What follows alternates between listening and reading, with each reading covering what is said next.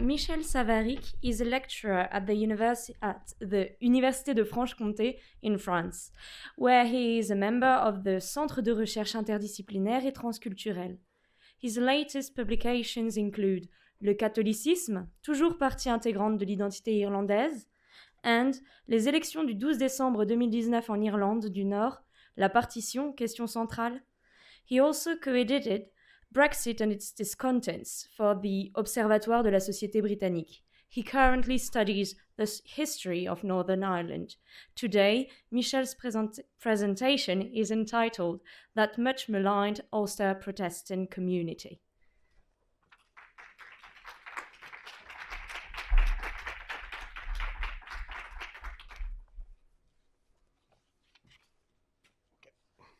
Can people online see that too?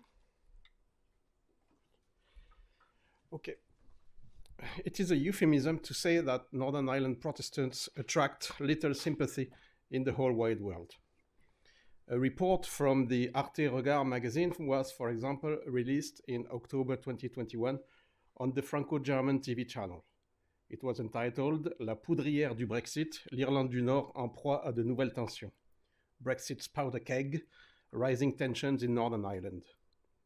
This report was in fact dedicated to the loyalist community of Coleraine, Ballymoney, and other localities from that same area. It had obviously been shot in early July 2021. It opens up with Irish flags perched on an immense bonfire in preparation. We see men throwing used tires behind the pallets. The report fails to explain that burning tires and flags of the other side is normally illegal nowadays. Such portrait of loyalists seems designed to arouse enmity or condemnation, particularly when a small bonfire for children with Irish tricolors on top is shown being doused with petrol. The commentary goes, il n'y a pas d'âge pour apprendre à humilier les Irlandais. It's never too early to learn how to humiliate the Irish. We can watch this short clip if this works.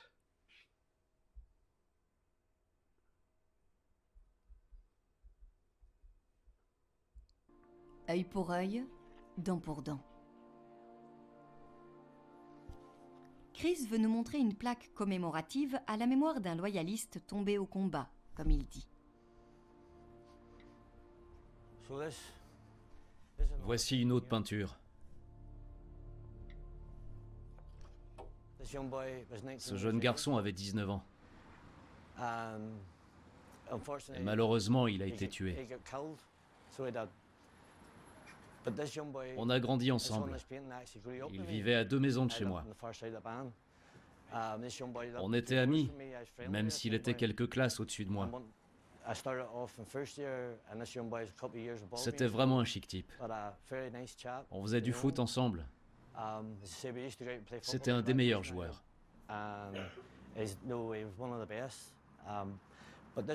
Mais ce jeune garçon a donné sa vie pour son pays. À 19 ans, il s'est rendu compte de ce qui se passait en Irlande du Nord. Et ça ne lui a pas plu. Alors, il a décidé de rejoindre les rangs de l'UDA.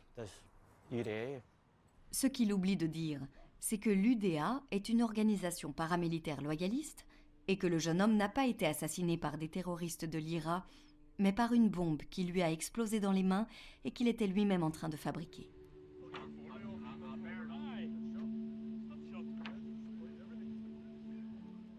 Plus que 6 heures avant l'apothéose. Chris et les autres bénévoles décorent le bûcher. Un maximum de drapeaux irlandais vont être brûlés aujourd'hui par provocation. Mieux vaut ne pas avoir le vertige.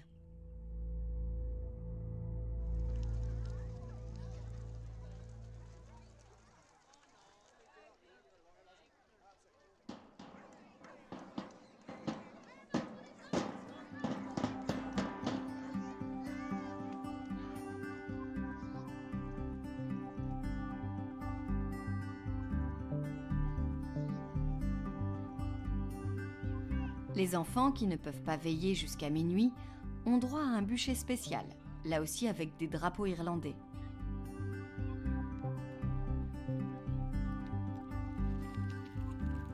Il n'y a pas d'âge pour apprendre à humilier les Irlandais.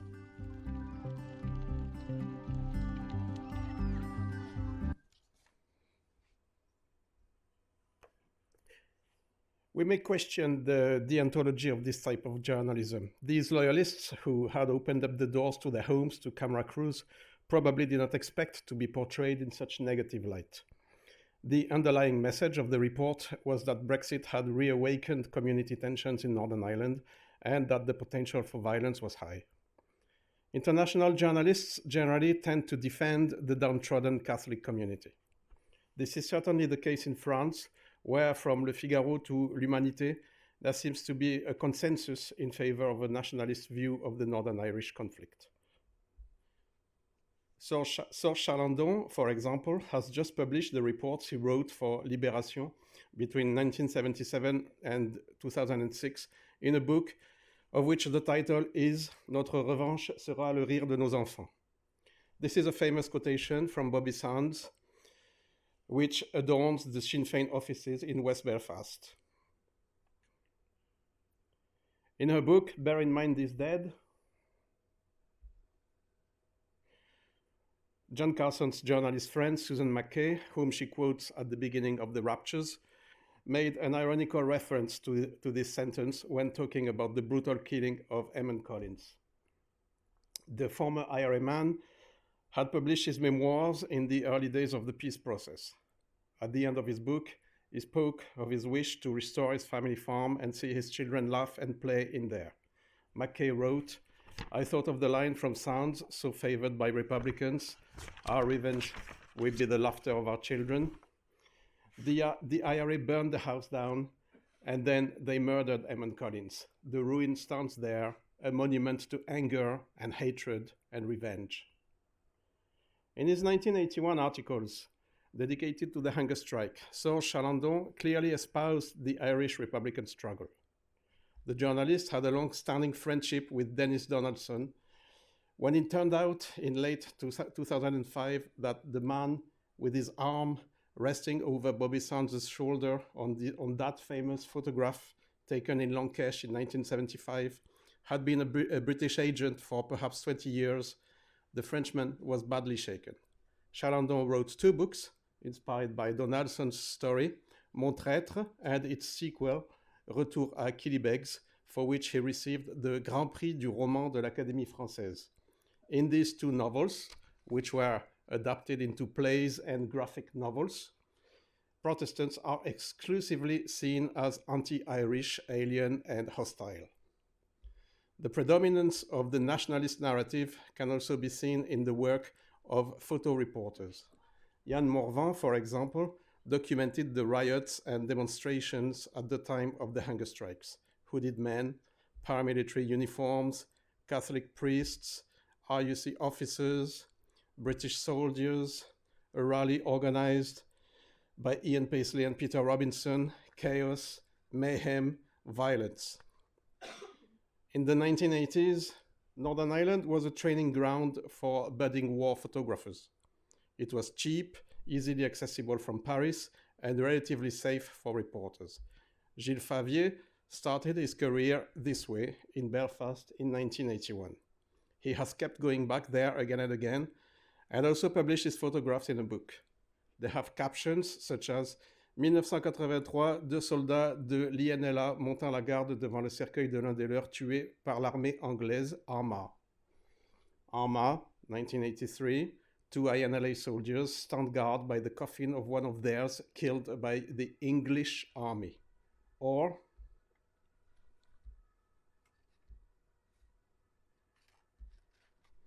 1989, émeute contre les Anglais.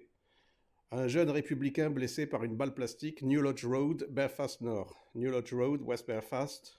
1989, riots against the English.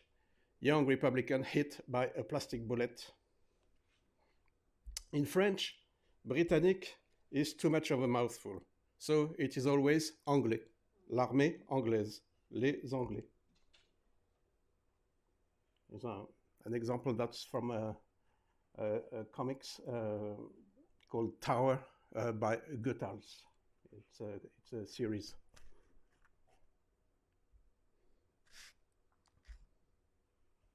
There are, however, notable exceptions to this practice of negating one side of the equation. In 1972, Marcel Ophuls, acclaimed director of Le Chagrin et la Pitié, The Sorrow and the Pity, 1969, released A Sense of Loss. This film report, as the opening credits stated, openly refused a one-sided, simplistic interpretation of the conflict. Central to the movie is an interview with a young Protestant couple who lost their baby in an IRA bomb explosion.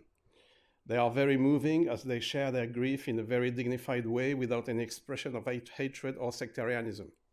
But by and large, when they are not ignored, Protestants are considered as the villains of the story. One final example we can give is a book from 1986 by American academic Michael McDonald entitled Children of Wrath, Political Violence in Northern Ireland, where the author drew a comparison with white South Africans. He even mentioned a strange obsession for the color orange that both communities were supposed to share. There was indeed an Orange Free State in Southern Africa at the end of the 19th century, and there is an Orange River. So there you have it, the Orange Free State Republic. It sounds like a Northern Irish joke, but it's real. It really existed. So the Orange River, but it was named in honor of William V, Prince of Orange, not William III. Joan Carson did not choose to be born among the villains of the story. Her Northern Irish novels are rooted in a divided sectarian reality. Yet, they do not deal with the conflict as such, so they cannot be accused of being one-sided or simplistic. Besides, the conflicting worldviews of the Northern Ireland equation are not symmetrical. It is perfectly possible to write a narrative from an Irish nationalist perspective where Protestant Unionists are not represented or do not have a voice. The works I have just referred to do that. Traditionally, Irish nationalism considers that the British conservative Irish nationalism considers that the British imperial power is its sole enemy. Ulster Protestants are merely pawns in the game or dupes of conservative politicians. They will come to their senses once Ireland is reunited. They will realize that deep down they are truly Irish. Ulster Unionism, for its part, focuses on contradicting Irish nationalist claims. It cannot ignore Irish nationalism because it is built against it. The Firestarters is set in 2014 in East Belfast, or simply the East. That idyllic, nostalgic place depicted in Academy Award winner Kenneth Branagh's Belfast 2022 with a Van Morrison soundtrack. The reader has to know that each of the four cardinal points designates a different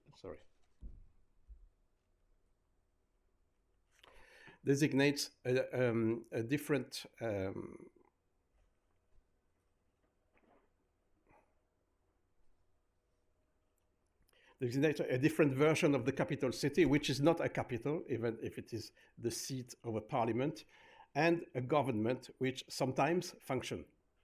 East Belfast is where Protestant loyalists live, even if there is a Catholic Republican enclave, the Short Strand, and even an enclave within the enclave, the loyalist Clun Place. All of Belfast's working-class housing estates have made a name for themselves during the Troubles. They are celebrities or protagonists in a tragedy. They have been intensely filmed and photographed. We know the paramilitary murals, the painted curbstones, the flags on every lamppost, and the so-called peace lines. They are also very mundane places where everyday lives are lived. In John Carson's novel, the East is not just a place, a backdrop to the story. It is a community, a character in itself. The same can be said of The Raptures, which takes place in a fictional village called Ballylack, somewhere in County Antrim in the summer of 1993. The mundane reality of the sectarian city is already quite strange. In her latest book, Northern Protestants on Shifting Ground, Susan McKay has a chat with DUP councillor Dale Pankhurst. She says he is furious because he has been accused in the press of intimidating a young Catholic woman while in reality he has done her a favor. And he produces text messages of appreciation to prove it. It turns out that the woman and her partner wanted to move house, and showing evidence of intimidation awards extra points with the housing executive. So, the book implies, Pankhurst simply arranged for the windows of the house to be smashed, for cat kill all tags to be sprayed on the front wall, and a British flag flown from a drain pipe. That's the house there. A Belfast solution to a Belfast problem, writes Mackay. This is not far removed from the old man who, at the beginning of the fire starters, has paid young lads to burn his wee house down because he is moving to a retirement home and does not want the government to get hold of his assets. One of the main characters, Sami Agnew, is a loyalist veteran with a guilt complex. The theme of former terrorists who cannot live with the memory of the atrocities they have committed has understandably been explored by Northern Irish fiction. In The 12 by Stuart Neville, for example, a former IRA gunman is literally haunted by the ghosts of the 12 people he has killed. The figure of the remorseful killer has also appeared in real life. For example, in the first episode of his documentary series called Loyalists, Peter Taylor interviewed Billy Giles, a former UVF man who deeply regretted the murder for which he had served 15 years in prison. If we have 2 minutes, we can watch this clip. So you have to listen very carefully because he speaks with a very thick East Belfast accent. I'm not sure even John Carson can understand him easily. Oh, sorry.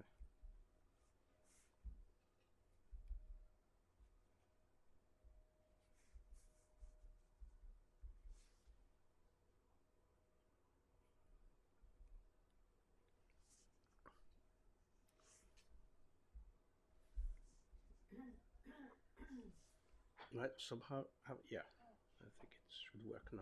Okay.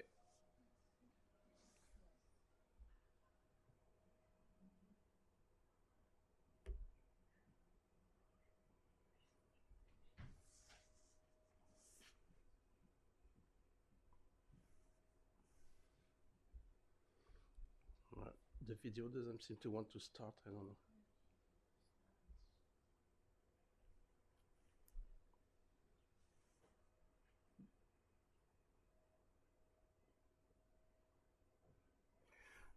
Sorry, it's not moving. Okay, never mind. I'll move on then. Right.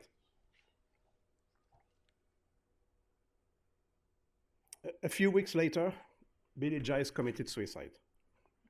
Former IRA member Tommy Gorman also broke down with tears in his eyes after explaining what the fuck was it all about on the second installment of Spotlight on the Troubles, A Secret History, shown on the BBC in 2019. Violence in John Carson's novel seems to be a sort of atavism, a curse that is passed on from one generation to the next. Sami Agnew has a rage within him, an evil streak which runs in his family and that he recognizes in his son. In that respect, the author would be in disagreement with John Little, son of UDA Brigadier Tommy Tucker Little, who testified to Bill Roston for his book Children of the Revolution. But perhaps she will contradict me at the end of this talk. So Tommy Tucker Little is the man on the left in this photograph taken during the 1974 Loyalist strike. John Little, now a journalist and gay rights activist living in London, thinks that his father belonged to a generation of ordinary working-class men whose lives were transformed by the Troubles. Oddly enough, he also thinks that the Troubles were a golden Gothic opportunity, routes that were otherwise shut to them in terms of using their skills or their talents, opened up to them on both Republican and Loyalist sides. The Troubles freed these men, allowed them means to use their smarts. Then he recalls how, as a child, he got up one night to have a glass of water and found some poor bastard roped to a chair in the kitchen, blood soaking his shirt, with Tucker Little and his UDA gang belting him.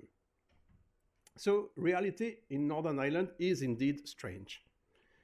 John Carson increases this strangeness by infusing it with fantasy or supernatural elements, deriving from Celtic fairy tales.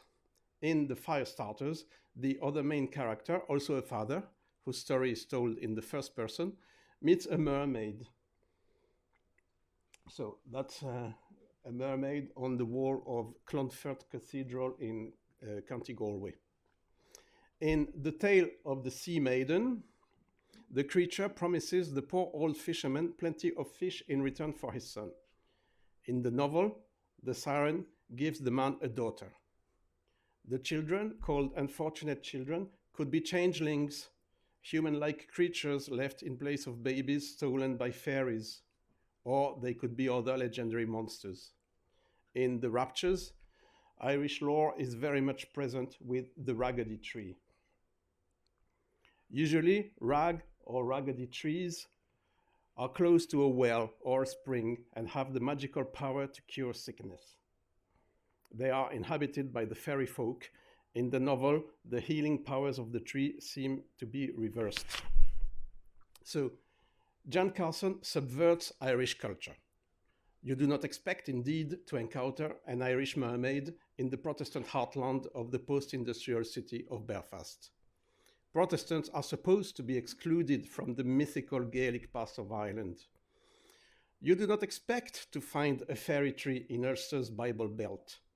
John Carson subverts the Protestant community, in the sense that it appears like one version of Ireland. Deep at the heart of the Raptures, there seems to be a struggle between ancient pagan beliefs and the Christian religion. The villagers, loyal Protestants though they are, believe in the raggedy tree. When old man Willie McLean tells the story of its curse in the local pub, he is like a Shanachie in the true Irish tradition. In October last year, Southern Irish writer Colm Tobin published an article in The Guardian in which he expressed his lack of enthusiasm, to say the least, at the prospect of a united Ireland. To him, the Protestant North was definitely alien. In 1986, when I walked along the border in Ireland to write a book, I felt like a stranger much of the time in the North. Their hatreds were not mine, nor indeed their education system or their health service, nor to speak of their police and the British Army. Certainly, it could be argued that in a united Ireland, there would be no more hatred. No British Army, that the police, the education system, and the health service would be reformed and harmonized. But most strikingly, Tobin stated that people in the South felt somewhat closer to England than to Northern Ireland. In a way, John Carson's novels appear to take the exact opposite view. The Protestant North is intrinsically and irreconcilably part of Ireland. In The Raptures, Hannah, the main character, is an 11-year-old girl educated in the most extreme form of Protestant evangelism. Her parents and a church circle form a community within a community. They live in an evangelical bubble and are completely shielded from the outside world. But Hannah is a channel to the afterworld. When her dead friends visit her, this goes against the Christian beliefs of her family. The Protestant community in John Carson's novels is not a sanitized, rose-tinted reconstruction in a Hollywood studio like in Kenneth Branagh's movie.